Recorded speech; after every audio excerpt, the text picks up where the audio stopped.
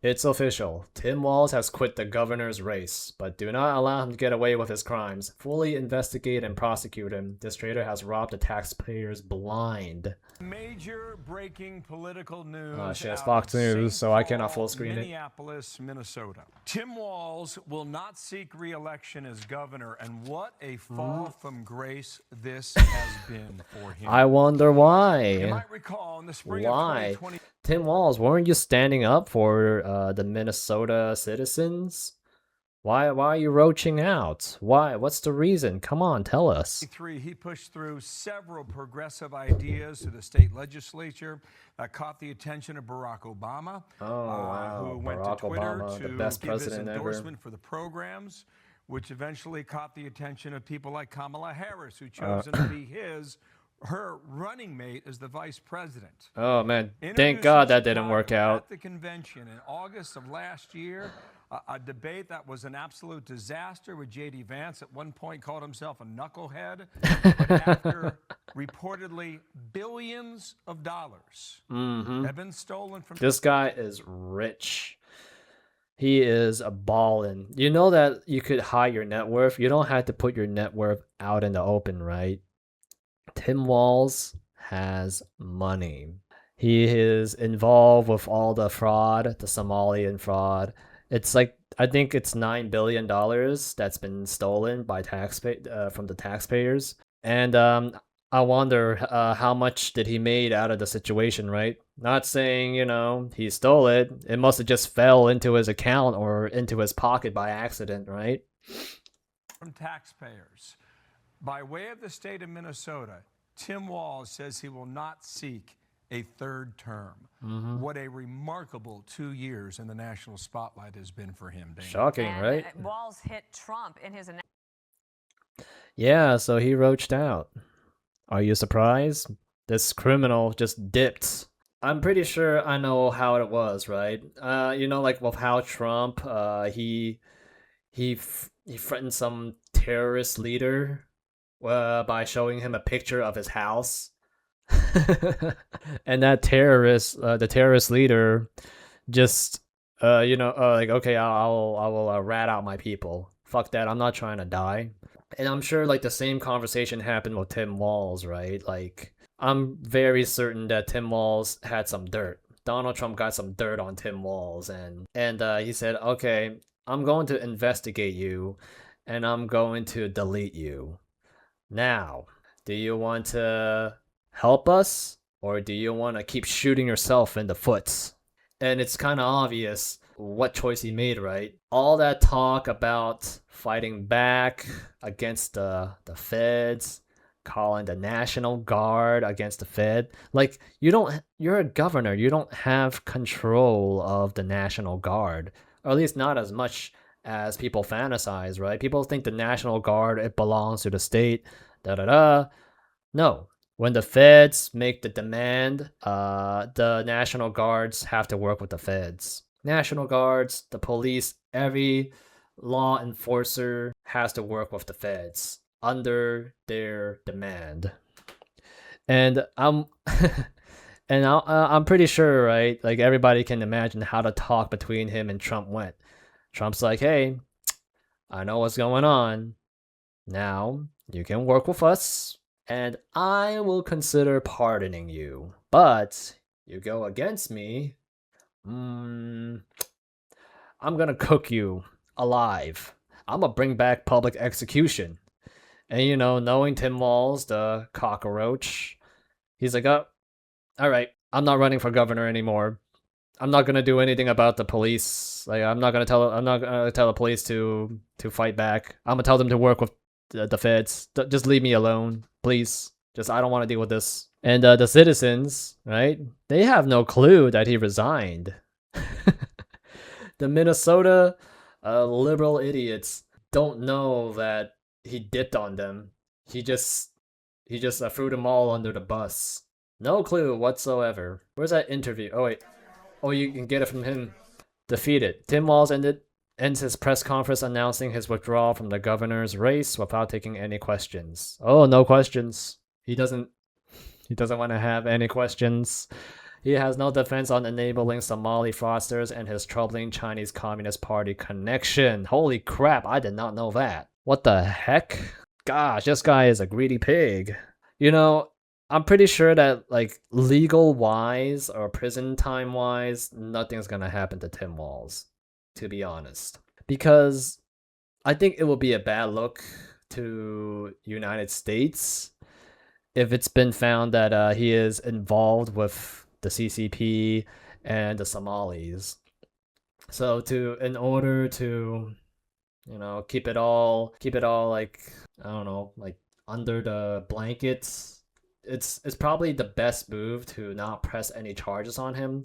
What I would do is I'm gonna take 99% of the money. You can keep that 1% out of generosity by the government as our mistake. But we will take back 99% and fuck you. Oh yeah, he didn't want to take question. Be back to no, he won't. More lies. I feel like with politicians, they should be barred from certain things, right? They cannot be receiving any kind of monetary assets or any kind of monetary equity from anything or anyone. Like, they can only take salary and they can only have their own business. And if there's any connection with their business to whatever they're fighting for, right? Like Tim Walz, he was fighting for the protection of Somalis, right? If there's any transfers into his account, some unreasonable transfer, he should provide a reason. Otherwise, the government could take it. I think that seems really reasonable. Let me see here. Oh, Headed here, I take responsibility. This fraud. okay, let me see here. Tim Walz told every American to stop looking at just the fraud in Minnesota because it happens everywhere. This fraud thing happens in every state. True, he is correct. But then you should look into it, regardless it happens elsewhere. Thing happens in every state. We had it here. I take responsibility for it. No one. Oh, he doesn't say he resigns here. This is what happens when your own federal government wages war against you. This is what happens when they target communities for their own benefit. This is what happens when they scapegoat.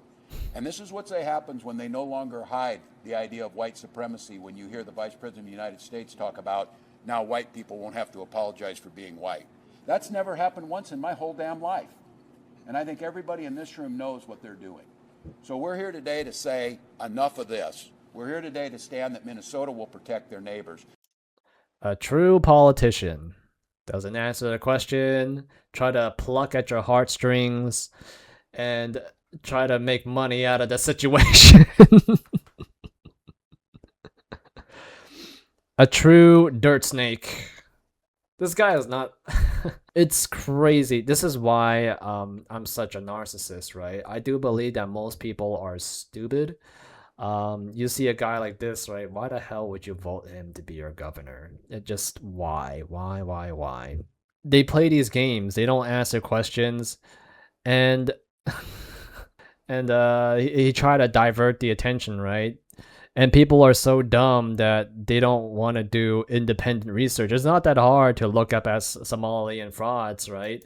I mean, I could just click it. I could type it out for you. Somali fraud. Okay. Oh, salami. Somali fraud. All right. Oops. Alert also in Okay, this is from Fox News. All right. New York Post. Somali fraudster got luxury digs. Okay, this is from New York Post. Okay, it's a more democratic news outlet. Somali fraudster got luxury digs, beachside resort, rented Rolls Royce and Lamborghini with stolen funds. Look at that. It's that easy. It's that easy to look at news, right? You could type something you don't believe in, and then you just look at the physical news, right? This is a democratic news outlet. And even they are admitting that Somalians are committing fraud. Reports about the CCAP fraud. They outlined the fraudulent providers and the alleged movement of millions of dollars in cash out of our state to Somalia, with allegations that the money was going to fund terrorism.